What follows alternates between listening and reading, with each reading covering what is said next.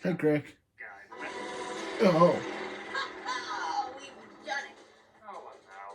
By reviewing this movie. You opened up a parallel dimension. I've used all of my powers to create this. I think I'm good. What? Yeah, I'm reviewing Across the Spider-Verse, which is one of the most amazing films in years, and I really don't have time for the usual stuff. But we have like 20 lines here. Yes, this was going to be the episode where I reveal I'm asked that guy. There's just way too much to talk about with this movie. I really should just get to it. Fine. But there will be dire consequences. Dire consequences. Okay, I'm just going to reverse the footage of you coming in and, yeah, Across the Spider-Verse.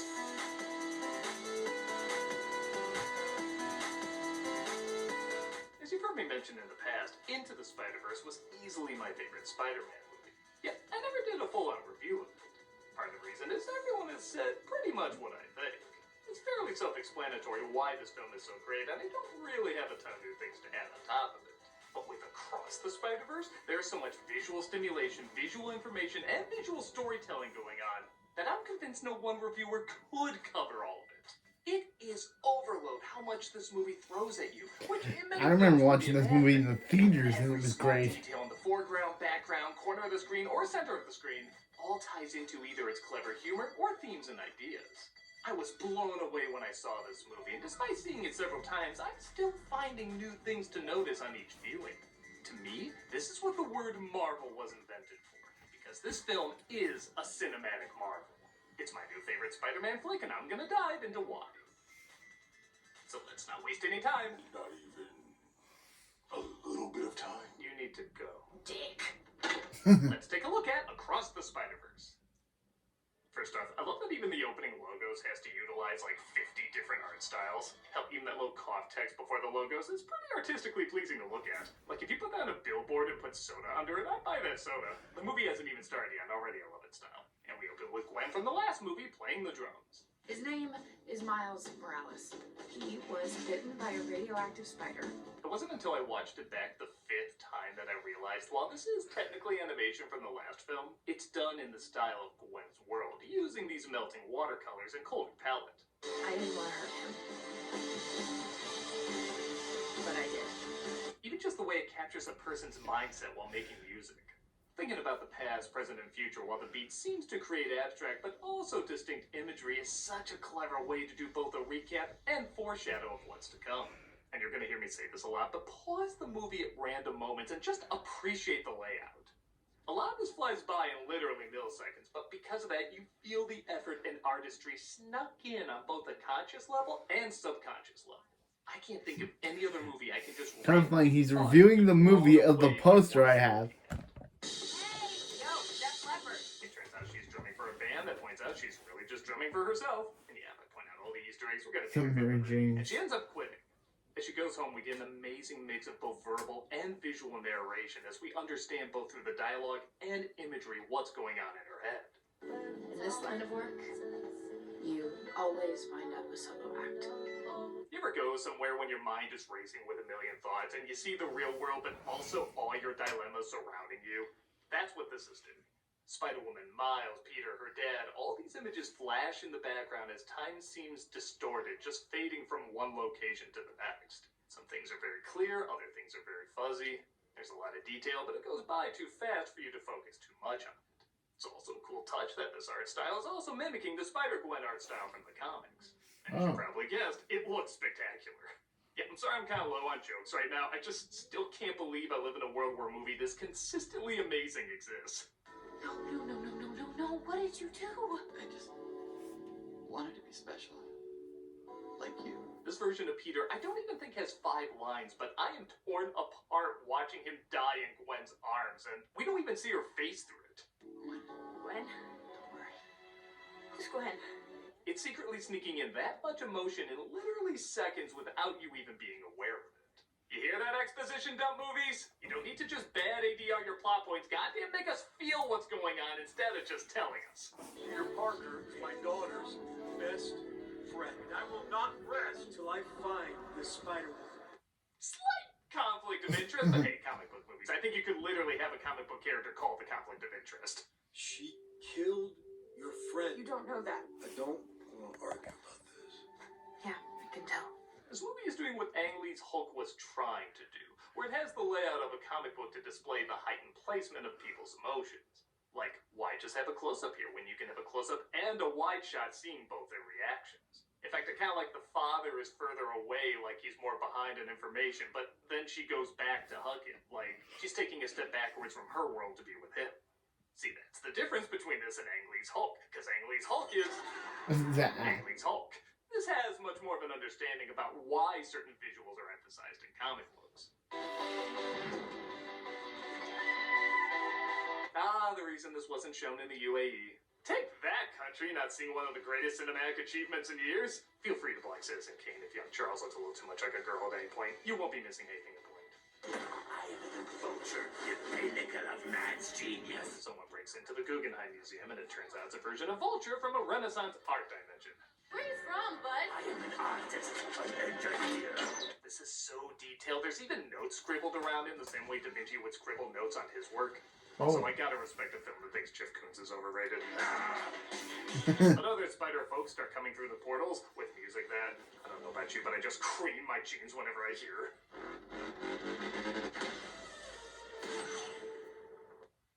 Do me! And we're introduced to Miguel O'Hara and Jessica Drew. Did I mention, by the way, on top of this movie being a visual masterpiece, it's also funny as hell. You could stop making events at Party Museum for no reason? You got this art. We're talking about it, aren't we? I mean, it's not. My hunch. Goddamn these movies. I mean, I like them, but we could be getting these. It's pretty cool how Gwen uses the rhythm of her music with the rhythm of saving lives, as shown by the propellers next to her spinning her drumstick. Thus, Vulture is defeated, but Gwen's father discovers the truth. I didn't have a How choice. long have you been lying to me? I love how they change up the background during this talk with every edit back and forth. Like both their worlds are melting into something sad and unpredictable. I adore anime movies where the backgrounds give you half the emotions. And once again, all these look like panels out of a breathtaking graphic novel. You have the right Dad, to return. Don't get into it. Jessica and Miguel save her though and invite Gwen to join their legion of spider peeps. As it looks like her world here is destroyed.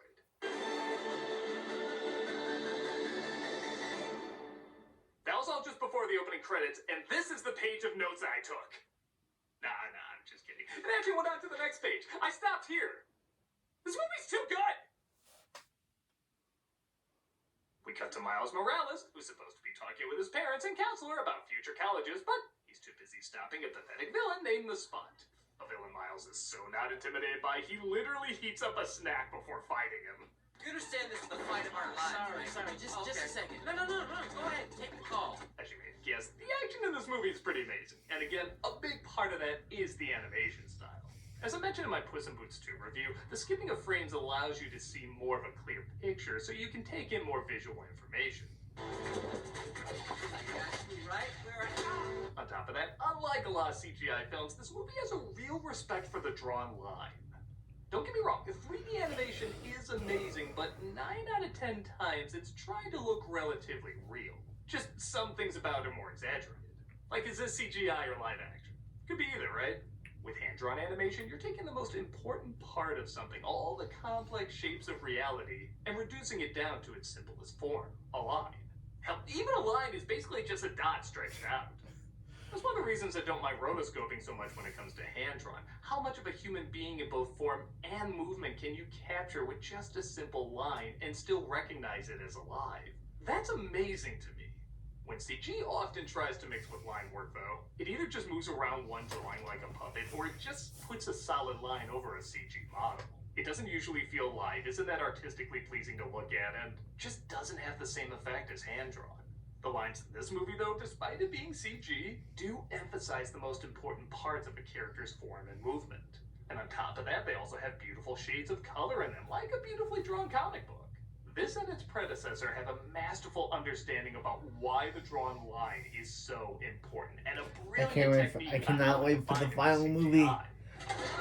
Sad that next movie is their last I know I movie. said I wouldn't point them all out, but I just noticed they go from a sudsy car wash to a coffee shop literally called Foam Party.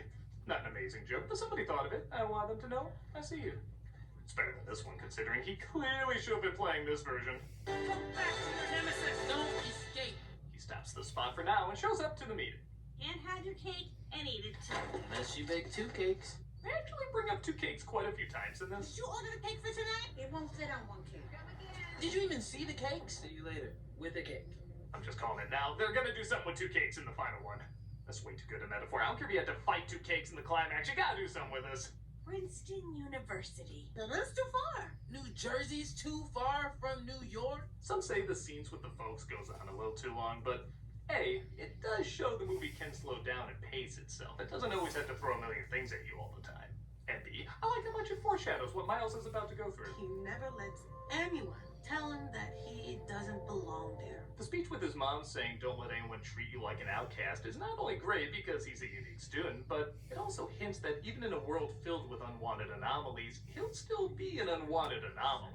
And he can still utilize that as a strength, not as a weakness. Ow, that hurt my tailbone. Are you kidding me? The spot escapes though, and this time both him and his father try to stop him.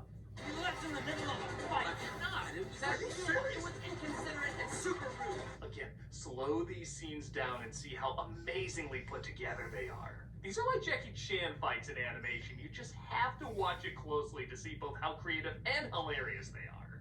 He's barely a villain of the week. What'd you call me? Want to see the one edit I don't like in the movie? Whoa. That reaction was so quick, it was actually kind of distracting. How many frames even was that? Even for this film, that's too few. I'm not nitpicking this to point out how bad it is. I'm nitpicking this to point out how perfect the rest of the 99% of this movie is. That's the one bad edit I could find in the entire movie, and it's only a few frames. Even when I try to insult this movie, I end up complimenting it. The spot finally reveals his backstory, saying he was affected by the Kingpin's dimensional ray in the previous film. Also, he was the bagel guy. You hit me with a bagel. At first I didn't like this because I thought the joke was funnier as a standalone joke. I didn't need it expanded on. But 2 things changed my mind. One, he's all about making holes. I like the fact that the guy hit with the bagel is all about making holes. In fact, I'm kind of wondering if he has anything to do with this parallel dimension too. Second, this means he literally started out as a joke to everybody. The whole film he wants to be taken seriously, but everyone sees him as a villain of the week. And honestly, he should be. Who the hell wants to see this guy as the main villain? We'll get to that in a bit, though, as Spot accidentally falls into himself, literally kicking his own ass, finding that doing so can also allow him to pretty much go anywhere, including different worlds. If we mentioned the one edit in the movie I didn't think worked, here's the one joke in the movie I didn't think worked. The Venomverse, the Sonyverse. The fabric of space and The time. Venomverse. It's not even that long, but with this film's incredibly fast pacing, it feels like an eternity. Honestly, I'd be more down for, Hey, not sure how I got here. Has something to do with Spider-Man, I think. Yeah, that's something a normal person would say here. one of the universes is a Lego universe, obviously a nod to the producer's earlier works. If you don't believe me, the person who animated it is actually a kid who did a Lego version of the Across the Spider-Verse trailer, and they liked it so much, they actually hired him to animate this scene.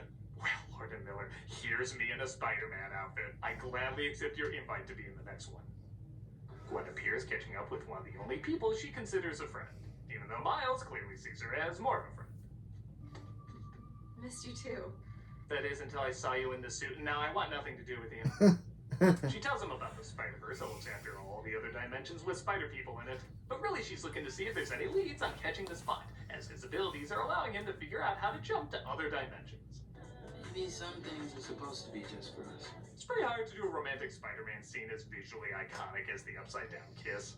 But this one's pretty damn close. And again, it does have better lines than... I think I have a superhero stalker. Oh, remember they're good movies. Remember they're good movies. In every other universe, Gwen Stacy falls for Spider-Man. Yeah, we know. This, of course, puts complication in their relationship, and it doesn't help that the other arachnids aren't for it either. He can't be part of this. I'll never see him again. Goodbye, Miles. Whatever our Spider-Man spin-off may bring, we know it can always be worse. Madam Web. Miles follows Gwen into the portal, and we're transported to a dimension where Spider-Man is Indian. Like the previous film, this movie is very good at getting us familiar with the other Spider-Mans and making us instantly like them. This is where the traffic is, this is where the traffic is, this is also where the traffic is, there's traffic here too, and this is where the British stole all of our stuff! Oh, so it's like LA, except they steal all the British stuff. You made me feel empty, like I had a hole inside of me. We all have holes. Seriously, how are they making it so I can follow this action? I should be lost at whip number 3, but the layout is so good. It's like the world's fastest but clearest GPS for punches. We're introduced to Spider-Punk, who, like Punk itself, I almost hate, but then they just I do love those extra Spider-Punk. one or two things that make him so goddamn badass. Spider-Punk may be the best.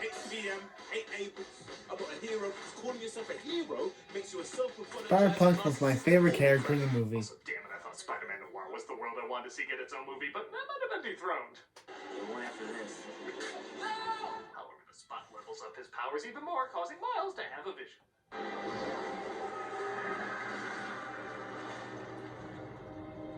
Again, I know this is like the 5th time I've said this, but slow this shit down to see how much they're getting across without you even realizing it. It's like not only are there parallels for what's about to happen, but also showing the same way Miles should have been taken more seriously by his peers, Miles should have taken the Spot more seriously too.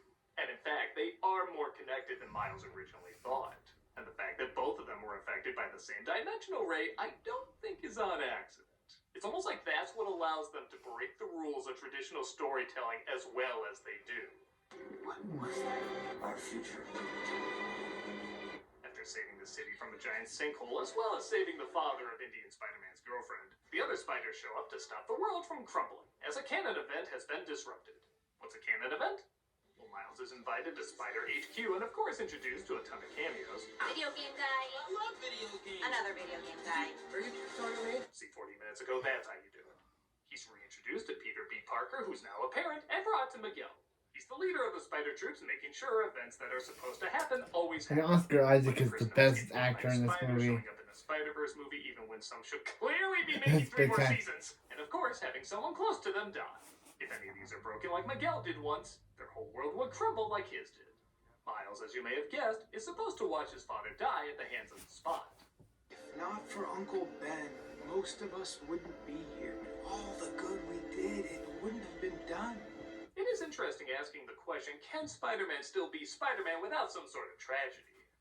Honestly, at first, I thought this was a major problem with the Holland movies, but they eventually worked a little backwards and balanced it out. Miles, of course, doesn't want his father to die, but Miguel says it's for the Oh, there's Spider-Man Woman there. Can't ask me not to save my father. I'm not asking. It also doesn't help that apparently Miles is already a bit of a non-canon event, as the spider that bit him is actually from another dimension called Earth 42, hence why the number 42 popped up so much in the previous film. It was never supposed to fight you! You're the original anomaly! I really like this because it shows the battle between people who obsess over things that are canon and others who just want to ignore it. We've all seen fans who shoot down a cool idea because it's not canon, but we've also seen writers ignore the canon completely, missing the idea of what a character is all about. With so many different versions and interpretations of Spider-Man over the years, this really is one of the most perfect characters to execute this with. Miles escapes, and we have a fight scene that's just as funny as it is creative. It's Spider-Rex and Spider-Dog. Spider-Cat. Okay, Spider-Man Noir, Punk, and T-Rex definitely need their own movies. He escapes to the teleporter and convinces the person in charge to send him home, which is a little rushed, like he flirted with her a little bit, and now she's a rebel? I don't know. And because Gwen pushes back and says Miguel might be wrong, he sends her back to her world as well. We are supposed to be the good guys. A staple said every day in Congress. What? This forces Gwen to finally confront her father. Arrest me. I can't. Why not? Because I quit. When? About halfway through your big speech. The movie's already over 2 hours. This is a good way to speed things up. Gwen realizes if she could alter her father's death, maybe Miles could alter his father's too. But Miles quickly realizes he's in the wrong dimension as his uncle is still alive, his father is dead, and there's another Miles who never got bitten and turned out to be the Prowler because of it. That's right, the machine sent him back to the world of Earth 42 because that's the DNA the spider that bit him left in his blood. Trust me. I know you don't want to be the problem. Okay, so I'm not gonna lie, I thought he punched Miles' brains all over the room. Nice knowing you. He just punched above him though, and as the spider posse searches for Miles, Gwen builds a team from the previous movie, and the Spot vows to get his revenge by killing Miles' dad. An amazing cliffhanger leaving Miles helpless. Except I guess he's not. Okay, admittedly, this is a weird place to end it. Like, how will Batman get out of this? Probably the Batarang. But maybe not, but probably the better. Still, isn't there a nitpick? And yeah, I think it's clear the father probably won't die in the next one, and that Miles will find a workaround while also showing Spot the two of them are similar. That's my personal guess. But whether I'm right or wrong on that, I just saw one of the most amazing movies I've seen in years. I agree. It's rare I use this term, but I loved this movie. insultingly good. It's a movie that makes me ask, in a field where films are incredibly hard to make and get funded and make financiers and audiences and the director happy, Like, why can't more the of the intro themes was good? had a good I know it's soundtrack. an oxymoron, and it is, but the film Oscar Isaac had a good line when he was playing against Miles. He had one of the best lines in the entire movie. This movie's just great. It even inspired me to buy the poster. It's like that intro lasted 2.5 hours. You could watch it a million times and still miss an amazing detail, a phenomenal image, another layer to the story and characters that makes them work on even more levels. It is so. I can't wait to see how they're going to deal with Miguel in the next movie, while also dealing with the Prowler A Miles. lot of people say not only superhero movies, but film in general is missing the excitement, cleverness, and passion to thrill people. I say, in all seriousness, the future of cinema is in the Spider-Verse. And yeah, sorry I couldn't do more of the crazy stuff like I usually do around here. There really was just too much to talk about. You will be sorry. Yeah, for we've had our devil friend here enact a curse on the studio. No Wow. one can enter. We're gonna make sure that none of you ever go in there ever again. You know, I think I'm okay with it. What? You've been acting shady ever since the tornado hit the studio. It took forever to get the damages from the tornado fixed. I'm not even 100% convinced they're fixed. This literally happened this week just for rain. Well, you know, ants. Nah, I think I'm gonna move in somewhere else. You don't even have another studio. Yeah, it'll take some time to find a new one, but I think it'll be worth it to get away from you all. Huh. Could it be that our couples counselor is right, and our need to push people away is actually pushing people away? I don't know. That's our couples counselor. What do you think? Nah.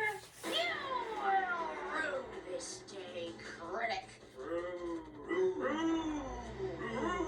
New place again? Well, looks like we'll be filming at home for a little bit. Again? As is the theme for the past couple of years. You hear that, Chaplain? I'm gonna be filming back at the house for a while. Did you ever leave? Very funny. Again? I'm a nostalgia critic guy, remember? So you don't have... Again? He came back just to go back home again?